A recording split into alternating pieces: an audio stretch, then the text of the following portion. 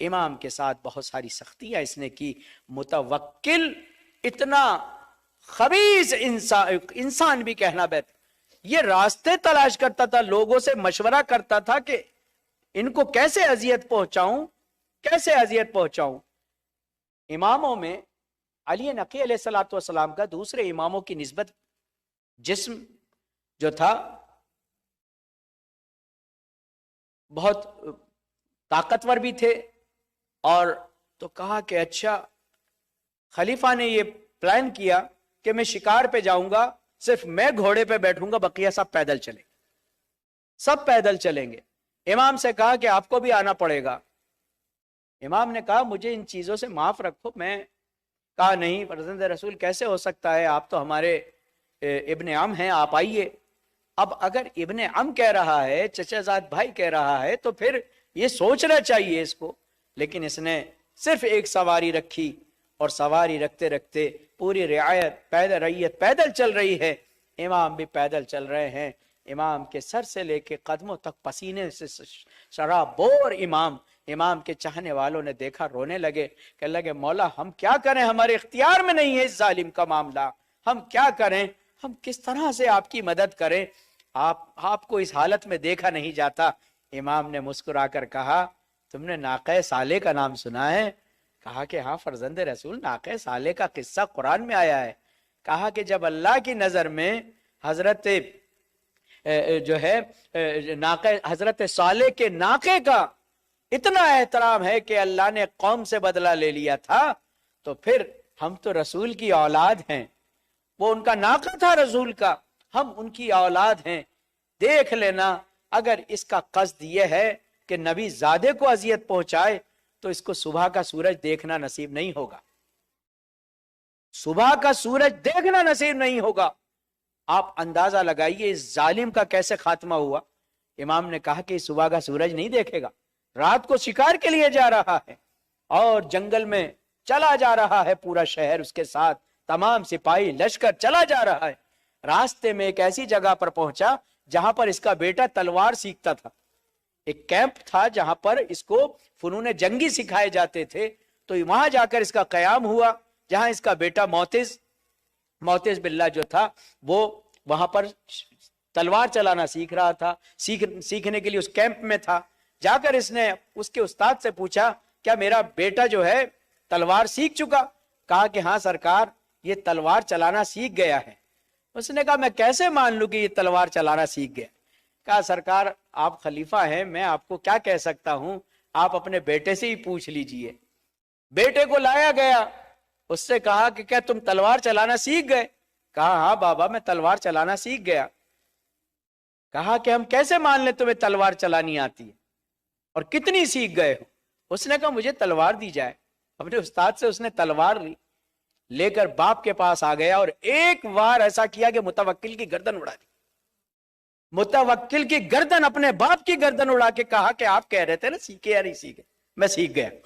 آپ اندازہ لگائیے اگر ان کے منہ سے کسی کے لیے لکھ جائے کہ صبح کا سورج نصیب نہیں ہوگا تو متوکل جیسا ظالم اور جابر بادشاہ خلیفہ جس کو اپنا زوم تھا، اب آپ اندازہ لگائیے کہ سپاہی دشمن سے ہی تو بچا سکتے، بیٹے سے کیسے بچاتے؟ ایک وار میں اس نے اس کو قتل کر دیا. اور یہی معتز باللہ تھا کہ جس نے امام کے ساتھ بڑی سختیاں کی، اور وہ وقت آیا کہ اس نے زہر خریدنا شروع کیا. جتنے بھی زہر فروش آتے تھے اعلان کر دیا جاتا تھا کہ جو بھی زہر لے کر آئے گا اس شہر میں خلیفہ کو جو دے گا خلیفہ اس کی اچھی قیمت دے گا. ہاں عزیزو وہ وقت آیا اور یہ اس زہر کو خرید کر، ایک حوض تھا ان لوگوں کے پاس بنو عباس، جہاں بھی رہے انہوں نے حوض کے کلچر کو نہیں چھوڑا. اس حوض میں مچھلیاں پالی جاتی تھی، ایک قطرہ زہر کا ڈالتے تھے ساری مچھلیاں مر کے اوپر آ جاتی تھیں. اس زہر کو چیک کرنے کے لیے یہ مچھلیوں کی جان لیا کرتے تھے. جب بہت سارے زہر اس کے پاس جمع ہو گئے تو اس نے تمام زہروں کو جمع کر لیا اور ان سے ملا ہوا ایک ایسا جز بنایا، ایسا زہر کا مجموعہ بنایا کہ جس کے بعد کوئی امکان نہیں تھا. ہاں عزیزو امام علی نقی ایک غریب جن کو مدینے سے دور بلا لیا گیا تھا، اپنے ہی گھر میں امام کو وہ جام دیا گیا، امام کو زہر آلود کر دیا گیا۔ بہت وقت نہ لگا، زہر حلال سے امام کے جرگ دل کے ٹکڑے ہونے لگے۔ آپ اندازہ لگائیے، امام بڑے پریشان تھے۔ امام حسن عسکری کو بلایا، میرے لال میرے بعد تم امام وقت ہو، میں تمہیں امامت کے اسرار ودیت کرتا ہوں۔ عزیزو، آپ اندازہ لگائیے، غربت کا عالم اس سے بڑھ کر کیا ہوگا؟ آپ نے کبھی دیکھا ہے کسی کو اپنے ہی گھر میں دفنایا جائے؟ ہمارے یہ دو امام ایسے ہیں کہ جو امام علی نقی اور امام حسن عسکری علیہ الصلوۃ والسلام، اس کے علاوہ کہتے ہیں کہ یہ وہ امام ہیں کہ جو اپنے ہی گھر میں دفنائے گئے ہیں۔ ہاں، امام کو زہر دے دیا گیا، امام ودیت کرتے گئے، کربلا والوں کو یاد کرتے گئے۔ وہ وقت آیا کہ امام نے اپنے گھر والوں کے سامنے دم توڑا، اس جہان فانی کو امام رخصت الوداع کہہ گئے۔ امام حسن عسکری جو کہ چھوٹے تھے، آپ نے اپنے بابا کا جنازہ نماز جنازہ پڑھایا، لیکن اس ملعون نے ایک لاوالی شخص سے کہا کہ نہیں، جنازہ سب کے سامنے ہوگا۔ میں کہوں گا لوگوں کہ یہ وہ امام ہے کہ جس نے کبھی کسی کے ساتھ برا نہیں کیا۔ دوست اور دشمن میں جو بھی ان کے دروازے پر مانگنے چلا آیا، کسی کو اولاد سے نوازا، کسی کو مال سے نوازا، کسی کو دعاؤں سے نوازا، کسی کی مشکل کو آسان فرمایا، کسی کی جان سپاہیوں سے بچائی۔ ہاں عزیزو، سب نے امام کی اس محبتوں کا جواب دیا۔ ہاں، امام حسن عسکری تنہا ہیں اپنے بابا کے جنازے کے ساتھ۔ ایک مرتبہ اور ایک ہجوم آیا، تاریخ لکھتی ہے کہ یہ تیسرا جنازہ اہل بیت کے خاندان میں ہے۔ یہ تیسرا جنازہ ہے کہ جس میں چاہنے والوں نے دشمنوں کی پرواہ نہ کرتے ہوئے امام کے جنازے کو بڑی شان اور شوکت سے اٹھایا۔ ہاں عزیزو، ارے درویش جنازہ شہر میں چکر تو لگایا گیا، لیکن امام اس جنازے کو واپس گھر میں لے آئے، اور امام کے ہی صحن خانہ میں جہاں آپ کی رہائش تھی، وہاں پر امام کو دفنایا گیا۔ میں کہوں گا مولا، ارے آپ تو غریب ہیں ہی، لیکن اس کی امام نقی کی اور امام عسکری کی غربت کا عالم یہ ہے کہ جنازہ گھر میں دفن کیا گیا، اولادیں رو رہی ہیں۔ امام علی نقی علیہ الصلوۃ والسلام اس دنیا سے چلے گئے، اہل بیت میں کوہرام برپا، واہ مصیبتا، واہ نقیہ، واہ مظلومہ کی آوازیں سامرہ کی وادیوں میں بلند ہو گئی۔ علی لعنت اللہ علی القوم الظالمین وسيعلم الذین ظلموا ای منقلب ینقلبون انا للہ و انا الیہ راجعون۔ بارے اللہ واسطہ محمد و آل محمد کا ہمارے اس مختصر سے عمل کو قبول فرما۔ بارے اللہ اس ماہ رجب المرجب میں تمام مومنین کی طاعت عبادت کو قبول فرما۔ میرے معبود، تجھے امام علی نقی علیہ الصلوۃ والسلام کی ذات والا صفات کا واسطہ ہم سب کو معرفت اہل بیت کی دولت سے مالا مال فرما، معرفت قرآن کریم کی دولت سے مالا مال فرما، معرفت خداوند منان کی دولت سے مالا مال فرما۔ میرے معبود، تو بہترین انداز میں جانتا ہے کون کیا حاجت لے کر آیا ہے، ان کی حاجت کو برطرف فرما، دنیا میں ہونے والے ظلم سے نجات عطا فرما، ظالمین کو نیست و نابود فرما، مظلومین کی مدد فرما، مظلومین کی نسبت ہماری توفیقات میں اضافہ فرما، غزہ میں ہونے والے ظلم سے ان کو نجات عطا فرما۔ نہ جانے اس سردی کے عالم میں کتنے لوگ بے گھر ہیں، میرے معبود ان کی غیب سے مدد فرما۔ میرے معبود، جیسا تو بنانا چاہتا ہے بننے کی توفیق عنایت فرما، ان مراکز دینیہ کی حفاظت فرما، اس کی نسبت ہماری توفیقات میں اضافہ فرما، ہم سب کی آخرت و عاقبت بخیر فرما، مزدوران جنت البقیع میں شمار فرما، معمار بقیع کے ظہور میں تعجیل فرما، ہم سب کو ان کے اعوان و انصار میں شمار فرما۔ آج کی شب تمام مومنین کے نصیب میں زیارت سامرہ کو لکھ دے۔ میرے معبود، امام نقی علیہ السلام، امام تقی علیہ السلام، امام حسن عسکری علیہ السلام اور مولا کائنات اور عراق کی دیگر زیارتیں، بالخصوص امام حسین کی زیارت سے سرفراز فرما۔ میرے معبود، ائمہ جنت البقیع کی زیارت کا شرف عنایت فرما، زیارت رسول اللہ کی توفیق عنایت فرما۔ ربنا تقبل منا انک انت السمیع العلیم برحمتک یا ارحم الراحمین۔ ماتم حسین۔